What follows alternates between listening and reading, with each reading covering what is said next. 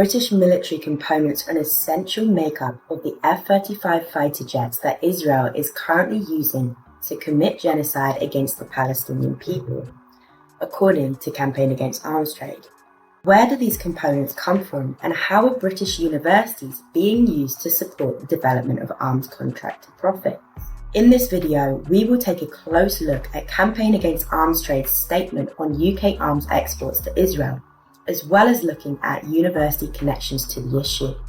The UK has consistently sold arms to Israel, in spite of its illegal occupation of the Palestinian West Bank, the Gaza Strip, and East Jerusalem since 1967. Since Israel's blockade of the Gaza Strip in 2007, there have been 5 major military assaults on Gaza in 2008 to 2009, 2012, 2014 and 2021, which killed almost 4,000 Palestinians. Since the 7th of October, at least 1,400 Israelis have been killed and over 10,022 Palestinians.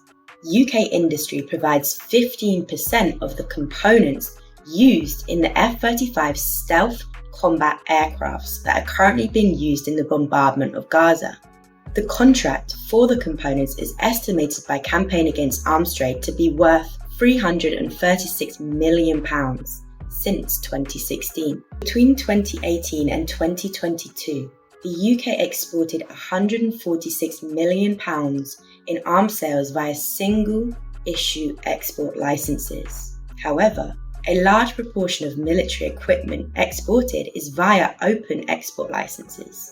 These open licenses, which include the F-35 components, lack transparency and allow for unlimited quantities and value of exports of the specified equipment without further monitoring. According to the CIPRI Arms Transfer Database, Israel has ordered a total of 50 F-35s from the US, of which 36 have so far been delivered, up to the end of 2022. According to the Detailed Delivery Database 114, a total of 6 were delivered in 2022.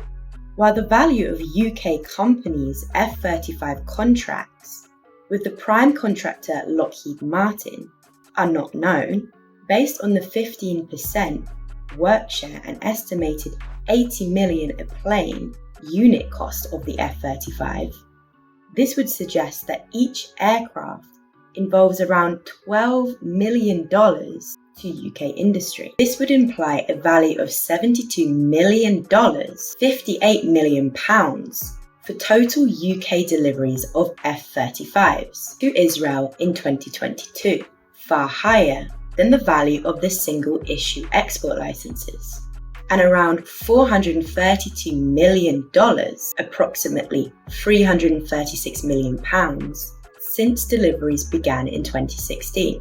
On the 13th of October, the Israeli government ordered 1.1 million people living in the north of Gaza within 24 hours to leave ahead of imminent ground offensive.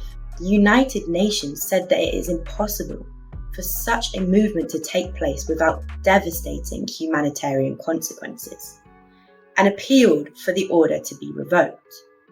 Building on Prime Minister Rishi Sunak's unequivocal support for Israel, Labour leader Keir Starmer refused to condemn the cutting off of water and electricity to an entire population of over 2 million people, saying, "I think that Israel does have the right." Grant Shapps, Secretary of the State of Defence, then gave every indication that he supported this obscene order to displace millions of people in 24 hours amidst active bombardment.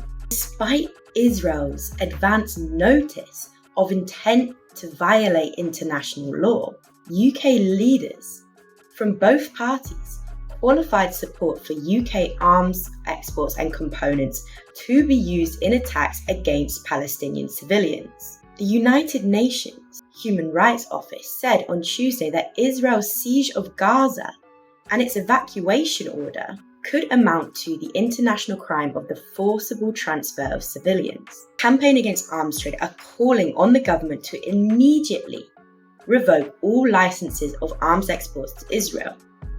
It is not credible that the UK government or the leader of the opposition believe that the siege, bombardments, and forcible transfer of civilians of Gaza are compliant with international law. That includes the significant percentage of components for jets now dropping bombs on Palestinian civilians. To fail to take any meaningful action to mitigate the harm to civilians is all the more shameful, considering that the UK has exported millions of pounds worth of arms to Israel. Now, the primary contractors behind the F-35s are Lockheed Martin, Northrop Grumman, and BAE Systems, all of which celebrate their contribution to the F-35s on their website. How does this link to UK universities? At Demilitarized Education, we have created the world's first university and arms database, and so far uncovered over £1.3 billion worth of university partnerships to arms companies. While we have a lot of case studies that I want to share with you in future videos, today we're going to focus on one. In a recent Freedom of Information Act request, we discovered that Strathclyde University has academic partnerships with arms company BAE Systems, amounting to over £1.8 million. This is for apprenticeship schemes with BAE Systems. What this means is that UK universities are profiting of the transfer of students into arms companies that are supporting the Israeli attacks on Palestine. At Demilitarized Education, we want universities to sign the Demilitarized Education Treaty and commit to transparency, divestment, and policy changes, so to use their capacity for peace development instead of war.